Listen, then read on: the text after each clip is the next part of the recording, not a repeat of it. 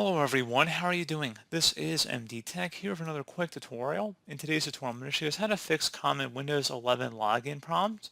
So this should hopefully be a pretty straightforward process, guys. And without further ado, let's go ahead and jump straight into it.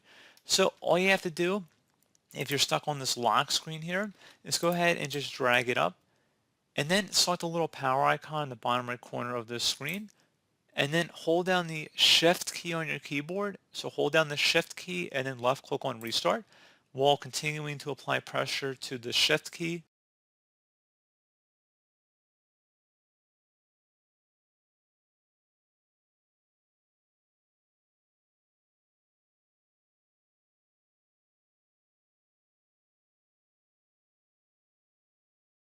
And underneath choose an option, go ahead and select troubleshoot, reset your PC or see advanced options, and then select advanced options. Select where it says startup settings, change Windows startup behavior, and then select the restart button. Tap the F5 key, again the function 5 key on the top of your keyboard. It goes from F1 to F12, but tap the F5 key one time.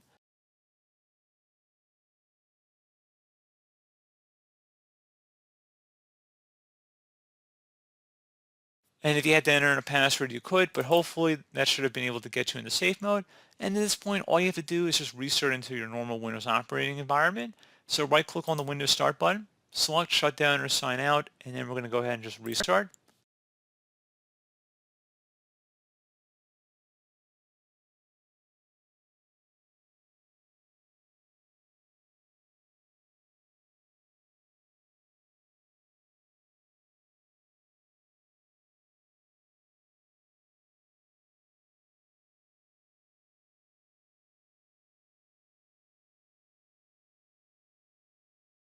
And there you go, guys. Hopefully, if you needed to enter in a password, you could enter a password in back, before you signed into your desktop here.